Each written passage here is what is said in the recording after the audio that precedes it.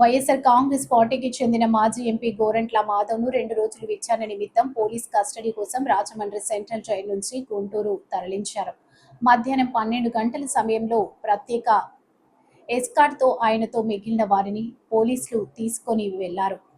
గుంటూరు నగరపాలెం పోలీసులు ఎస్కార్ట్ వాహనంలో మాధవ్ సహా మరో 5గురిని రాజమండ్రి జైలు నుంచి మధ్యాహ్నం 12 గంటల సమయంలో తీసుకెళ్లారు. ఈ నెల 10న పోలీసులు అరెస్ట్ చేసిన ఐటీడీపీ కార్యకర్త చేబ్రోలు కిరణ్ పై దాడికి యత్నించిన కేసులో మాధవ్ సహా మరో 5గురు ప్రస్తుతం రిమాండ్లో ఉన్నారు. ఇవాళ రేపు పోలీస్ కస్టడీకి కోర్టు అనుమతి ఇవ్వడంతో వారిని గుంటూరులోనే పోలీసులు విచారించినారు.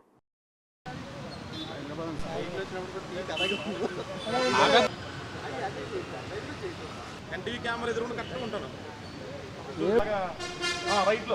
రైట్కి వచ్చే బాబు అన్న వస్తానన్న మారుతారు, ప్లేస్ మారుతుంది. నేను చూసుకుంటా అన్న, పర్లేదు వచ్చేస్తాను. నేను చూసుకుంటాను. పక్కన కారిషలు కూర్చున్నాడు.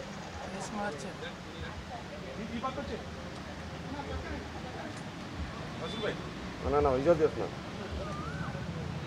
రాగానే వచ్చేస్తాను.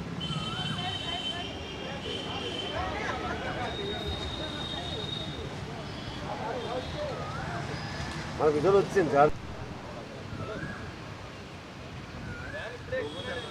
కార్ వస్తుంది.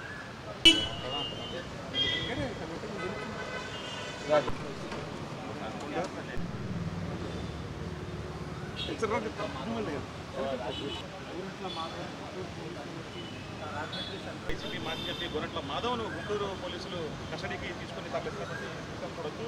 కొద్దిపడితే సెంట్రల్ జైల్లో అలాగే గుంటూరుకు సంబంధించినటువంటి వాహనంతో పాటు గోరంట్ల మాధవ్ని తరలిస్తున్న దృశ్యాలు కూడా చూడొచ్చు. 2 రోజుల పాటు కస్టడీకి తీసుకున్నటువంటి గోరంట్ల మాధవ్ లోపల ఉన్న దృశ్యాలు కూడా